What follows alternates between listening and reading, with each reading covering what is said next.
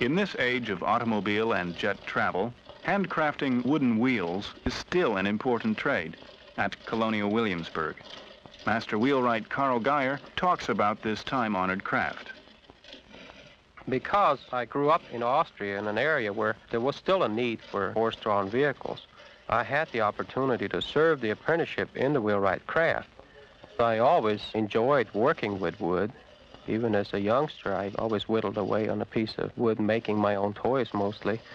What fascinated me about the trade was that a wagon or carriage, apparently so light in structure, could carry such tremendous loads, and the road conditions were terrible.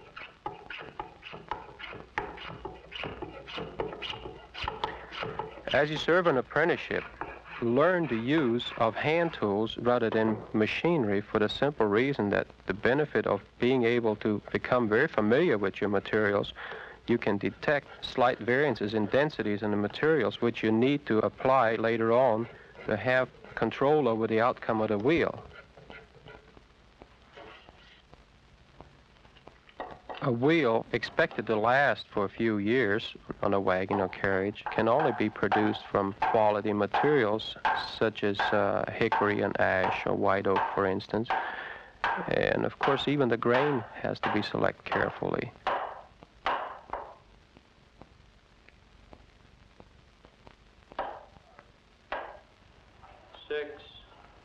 By using a round tool called a traveler, measuring the circumference, rolling that wheel on the outside of the wooden wheel structure, you get a very, very accurate circumference measurement. You use the same tool to measure the inside of a metal band, which then is cut and welded, let's say a ½ inch or 5/8 of an inch smaller in circumference than your wooden wheel.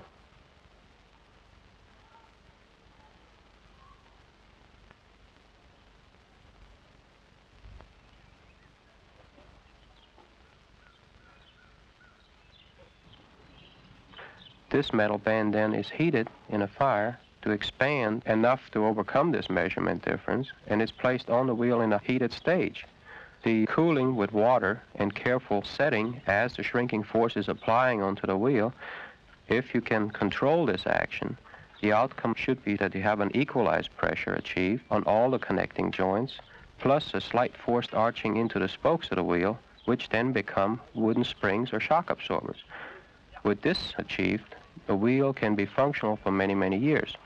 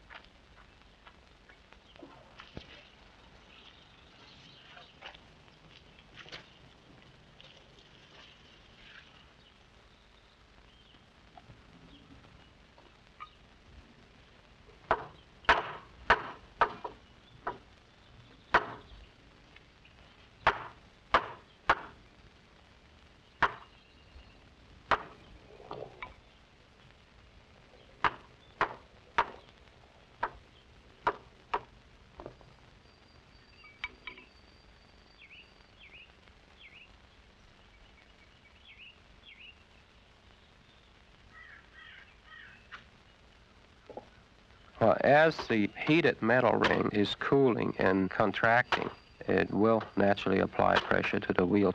At that point, you have to apply a greater or lesser blow to equalize this pressure on the wheel structure. By doing this, you help control the shrinking action as it is occurring.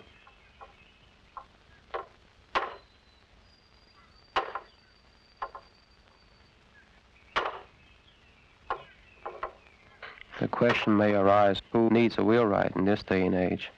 There are remote areas where horse-drawn vehicles may be more economical and practical. But on a very small scale, I would say even today.